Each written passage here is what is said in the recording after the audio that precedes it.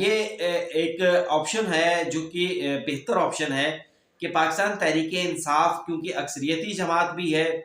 اور میری نظر میں، میری رائے کے اندر اسے حکومت بنانے کا حق جو ہے وہ حاصل ہونا چاہیے، اور اس کے لیے اگر وہ پاکستان پیپلز پارٹی کا جو ہے وہ انتخاب کرتی ہے، کیونکہ مسلم لیگ نون کے ساتھ تو وہ پنجابی میں کہتے ہیں نا ایک کتے دا ویر ہے، ان کا آپس میں ہو نہیں سکتا اتحاد، تو پاکستان پیپلز پارٹی کے ساتھ اگر یہ اتحاد کر لیتے ہیں تو یہ ایک بیٹر آپشن ہوگی، اس سے ملکی سیاست کے اوپر بھی مثبت اثرات ہوں گے، اور اس کا سب سے زیادہ فائدہ پاکستان مسلم لیگ نون کو ہوگا۔ پاکستان مسلم لیگ نون کو اس کا کیسے فائدہ ہوگا وہ بھی میں آپ کے ساتھ شیئر کرتا ہوں، لیکن میری رائے کے اندر پاکستان تحریک انصاف اور پاکستان پیپلز پارٹی کو اس آپشن کو اپنا لینا چاہیے، اور دوسری جانب مسلم لیگ نون کو دل بڑا کرتے ہوئے اپوزیشن میں بیٹھنا چاہیے۔ اس کی وجہ میں آپ سے شیئر کر دیتا ہوں، دو وجوہات آپ کو میں بتاتا ہوں، سیاسی وجوہات بھی شیئر کرتا ہوں، اخلاقی وجوہات بھی۔ دیکھیں ہم بالکل یہ بات تسلیم کرتے ہیں کہ 2018 کے اندر یا 2018 سے پہلے یہ چیز جو تھی وہ بالکل نارملی پریکٹس میں تھی کہ جس جماعت کی بھی اکثریت ہوتی تھی اسے حکومت بنانے کی دعوت دی جاتی تھی، لیکن 2018 کے اندر جب عمران خان حکومت میں آئے تو پنجاب کے اندر نون لیگ کی حکومت تھی، نون لیگ کی اکثریت تھی، لیکن عمران خان صاحب نے کہا کہ نہیں، پنجاب کے اندر بھی حکومت ہم بنائیں گے، اور جس کے لیے نون لیگ کی اکثریت کو توڑا گیا، مروڑا گیا، جوڑا گیا، اور اس کے بعد باقاعدہ انہوں نے پنجاب کے اندر حکومت بنا لی۔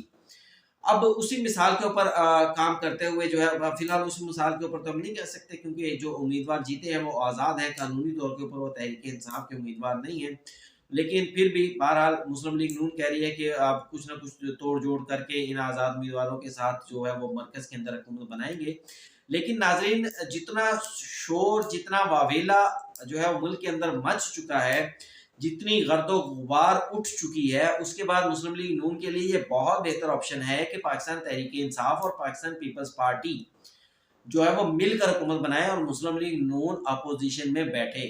اس کے میں آپ کو سیاسی فائدے بھی بتاؤں گا، اور اس کے میں آپ کو جو ہے وہ دیگر فائدے بھی پاکستان مسلم لیگ نون کو بتاؤں گا۔ دیکھیں، پاکستان مسلم لیگ نون اگر اپوزیشن کے اندر بیٹھ جاتی ہے اور پاکستان تحریک انصاف پیپلز پارٹی کے ساتھ مل کر حکومت بنا لیتی ہے، تو اس کے اندر سب سے بڑا فائدہ پاکستان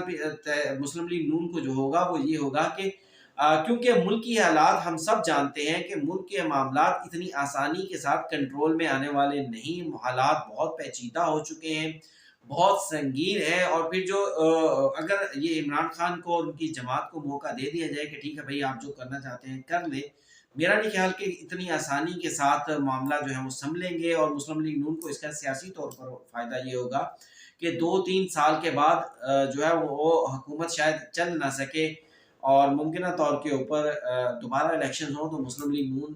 جو ہے وہ دوبارہ اکثریت میں یا بڑی سیاسی جماعت بن کے ابھر سکتی ہے، اور دوسری بات پاکستان تحریک انصاف کا جو ووٹ بینک ہوگا وہ بھی اس سے متاثر ہو سکتا ہے۔ اب میاں صاحب یہ تاریخی غلطی کرنے جا رہے ہیں کہ وہ ایک مرتبہ پھر جو ہے وہ زبردستی حکومت لینا چاہ رہے ہیں پاکستان تحریک انصاف سے کہ ان کی حکومت نہ بنے، لیکن میرے خیال میں حکومت بننے کے بعد جو 1 سال ہوگا وہ انتہائی مشکل ہوگا، اور اس 1 سال کے اندر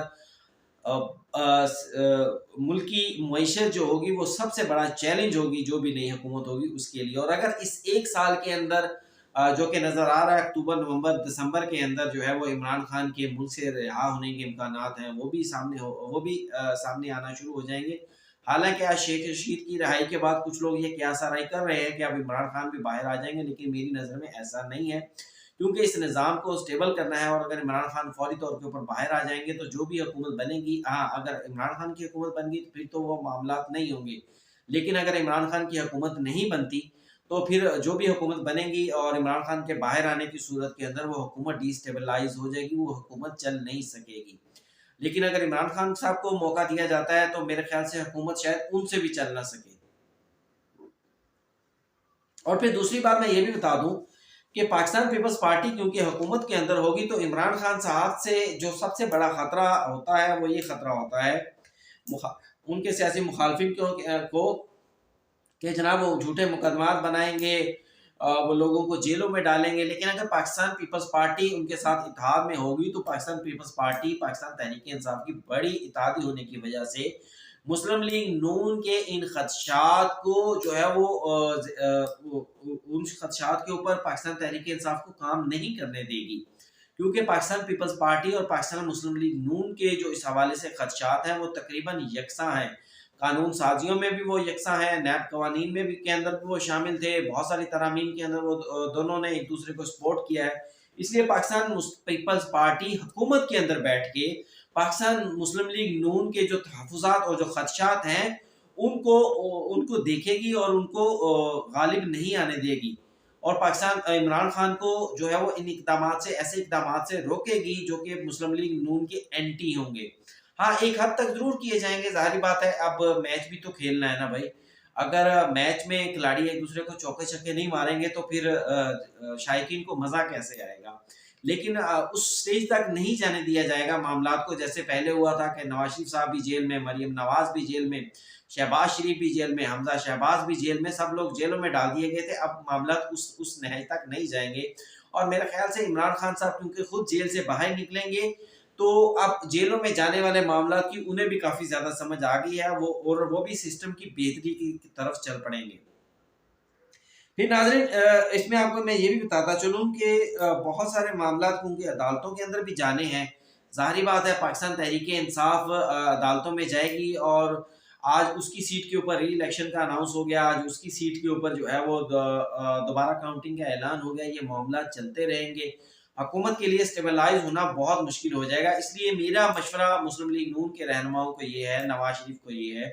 کہ بھائی تاریخی غلطی نہ کریں، کچھ نہیں ہوتا، 2-3 سال 4 سال کی بات ہے، آپ اپوزیشن میں بیٹھیں اور پاکستان تحریک انصاف کو دل بڑا کرتے ہوئے دعوت دیں کہ ٹھیک ہے آپ پاکستان پیپلز پارٹی کے ساتھ بیٹھ کر آپ حکومت بنائیں، اور آپ کو ایک بہت بڑا اس کا فائدہ یہ بھی ہوگا کہ پاکستان تحریک انصاف اگر پیپلز پارٹی کے ساتھ بیٹھ کر حکومت بناتی ہے تو اس سے پاکستان تحریک انصاف کا وہ جو ووٹر ہے، جو کٹر عمران خان کے اوپر یقین رکھتا ہے کہ عمران خان ان کے ساتھ کبھی نہیں بیٹھے گا،